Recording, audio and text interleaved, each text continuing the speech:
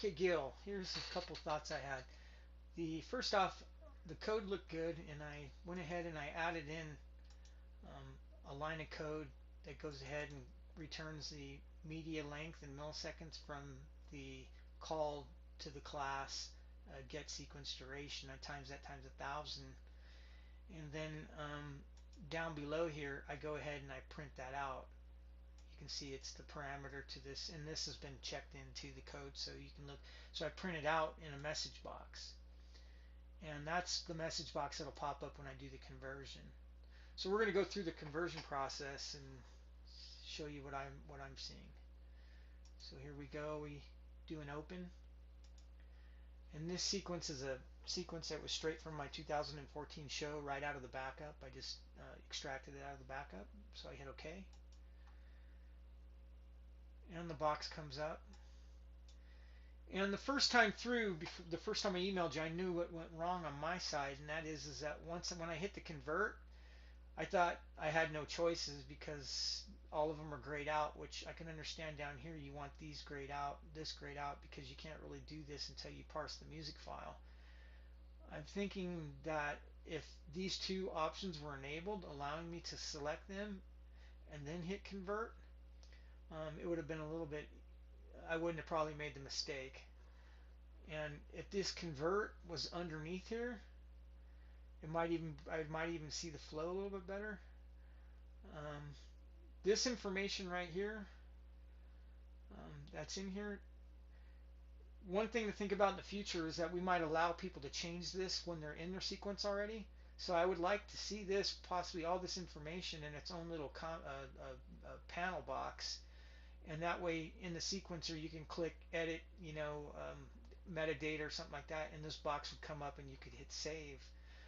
So if maybe rather than this being here on this convert screen, if there was a button that was disabled that said edit metadata um, at the bottom, and then when you're done with the converting, then that would be enabled, and then you can click it, or it would automatically bring up this extra panel allowing you to hit save. I think we could then reuse this whole box here later on in the program and not have it tied to this conversion window.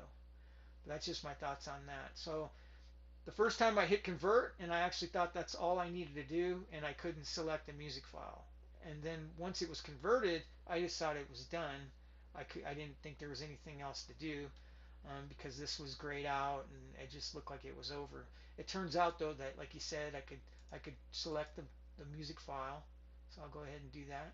So I select the music file, and then the information came in, which is nice.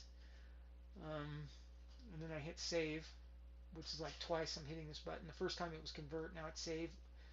Um, I hit save, and now it's saved.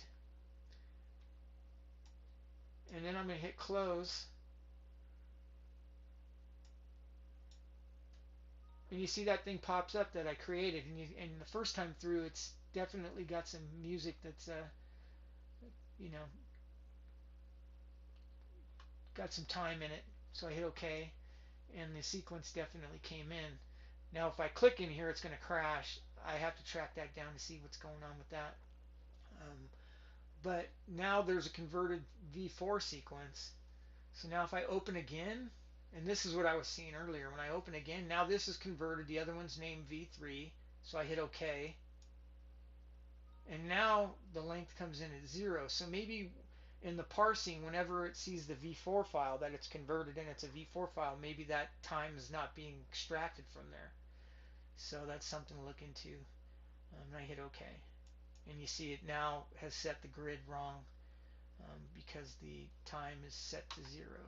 So I think it's just easier to make a video rather than try to go back and forth with emails.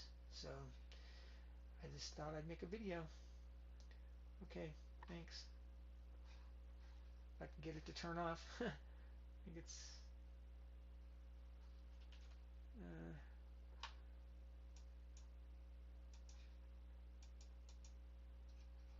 I can't get it to turn off.